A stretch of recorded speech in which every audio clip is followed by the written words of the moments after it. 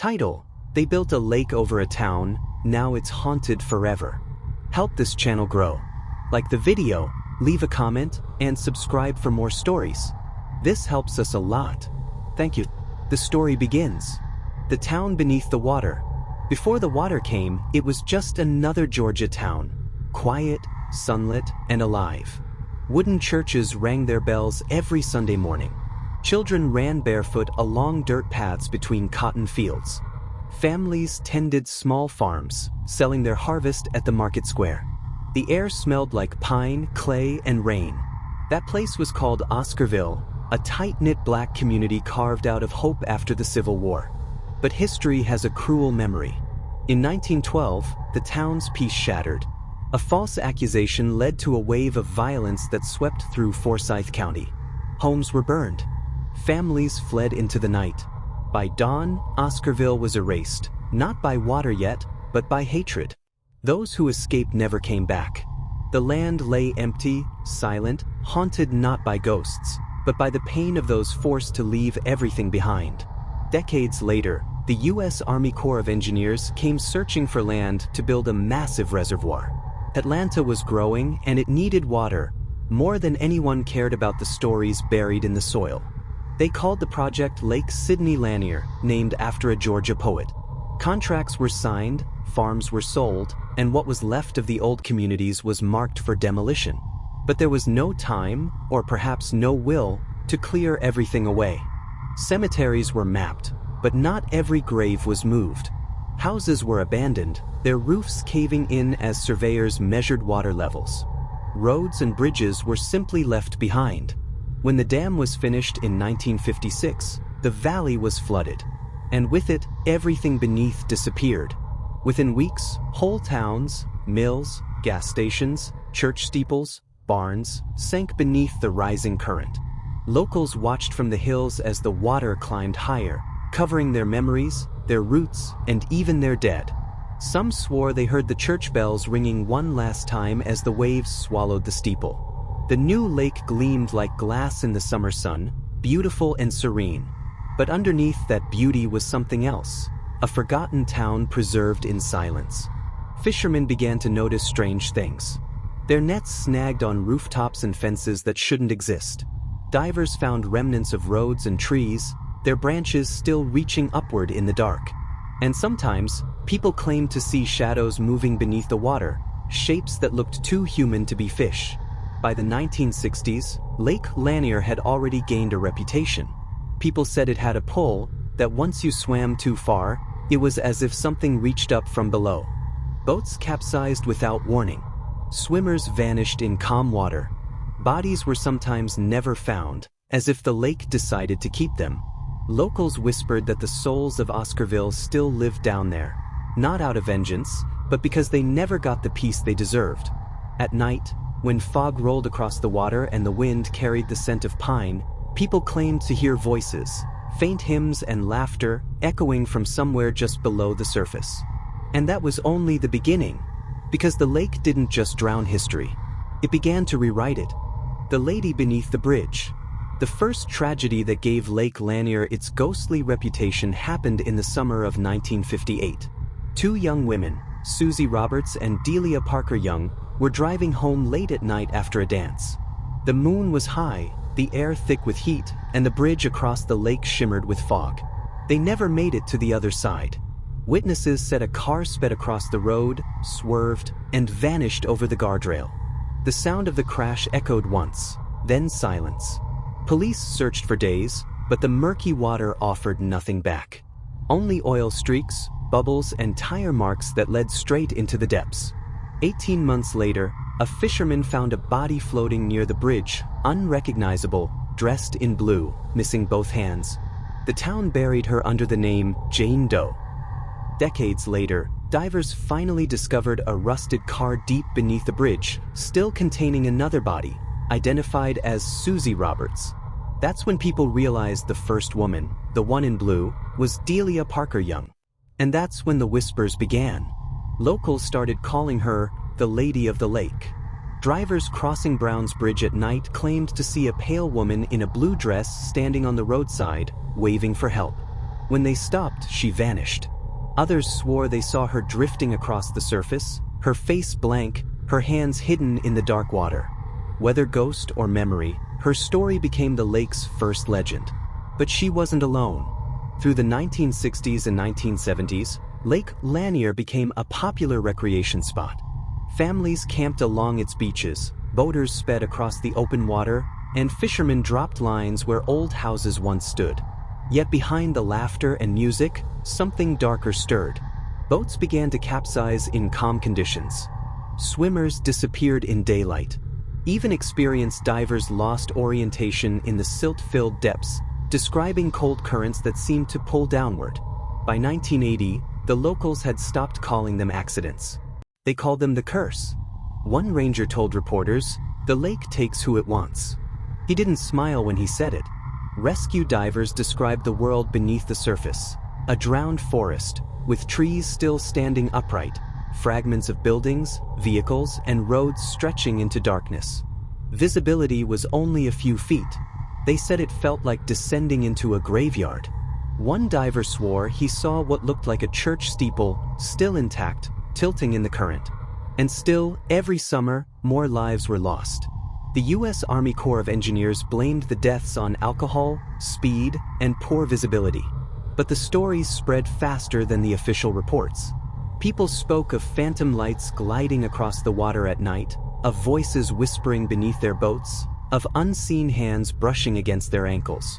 Even locals who didn't believe in ghosts admitted something about Lake Lanier felt wrong. A pressure, an unease, as if the water remembered what lay below. For those who grew up near the lake, it was impossible to separate fact from fear. A child fell off a dock and disappeared before his father could dive in. A couple's boat struck something invisible in open water and sank within minutes. A diver found a school bus half buried in the mud, no record of how it got there. And through it all, the legend of the lady in blue persisted. Every drowning, every missing person, every body the lake refused to return. Locals said she was there, waiting. Some believed she guided victims to the surface. Others whispered she pulled them down to keep her company. By the 1990s, the lake's reputation was national. News outlets called it America's most haunted lake. Yet the tourists kept coming. They brought boats, jet skis, and summer dreams, and left behind more stories for the legend to claim. At dusk, when the sun bleeds red over the horizon, the water reflects more than light. Locals say if you stand on the shore long enough, you'll hear faint footsteps on the dock behind you. Don't turn around. Just listen. Because sometimes, the lady of the lake doesn't want to be seen. And sometimes, she's not alone. The curse that never died. Morning sunlight glimmers across Lake Lanier like nothing's wrong. Jet skis cut white trails through the surface. Children splash near the docks. Families picnic under the Georgia sun. From a distance, it looks peaceful, an escape, a slice of paradise carved out of the hills. But if you look closer, the calm hides something deeper. Each year, new headlines appear. Teen drowns near dock. Boating accident claims 2 lives. Search suspended for missing swimmer. It's as if the lake keeps adding names to a list only it can see. By now, locals don't even flinch. They say the same words, "It's Lanier." Since the 1950s, hundreds have died here. Official reports estimate over 200 in recent decades, but locals believe the number is far higher. Even modern sonar and GPS can't save everyone.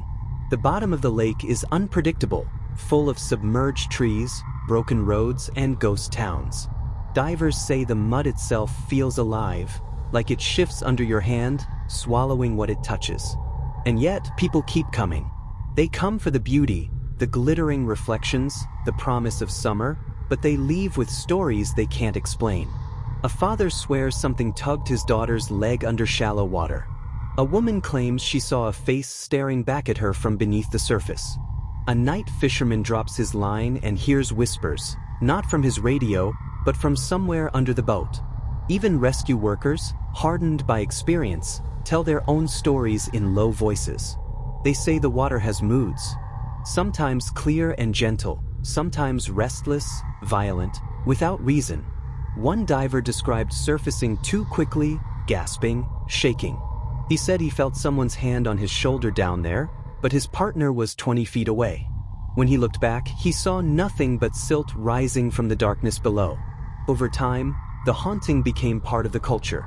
Locals light candles for the lost.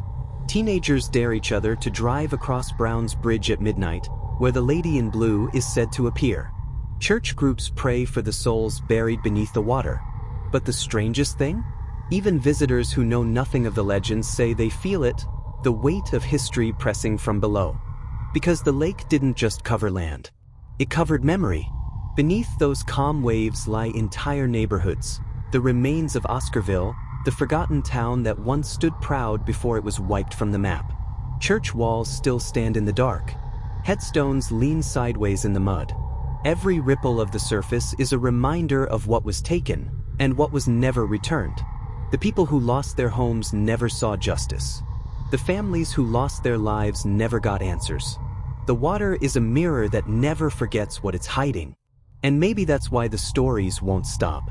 Some say the spirits of Oscarville still linger, trapped between past and present, caught beneath the current, watching the world move on above them. The drownings, the accidents, the whispers, they say it's the land trying to speak through the lake. Others believe it's simply coincidence, that danger comes from negligence, not ghosts. But no matter how you explain it, the result is the same. Lake Lanier feels haunted because everything about it was built on loss. In 2020, the lake made headlines again after another series of fatal accidents.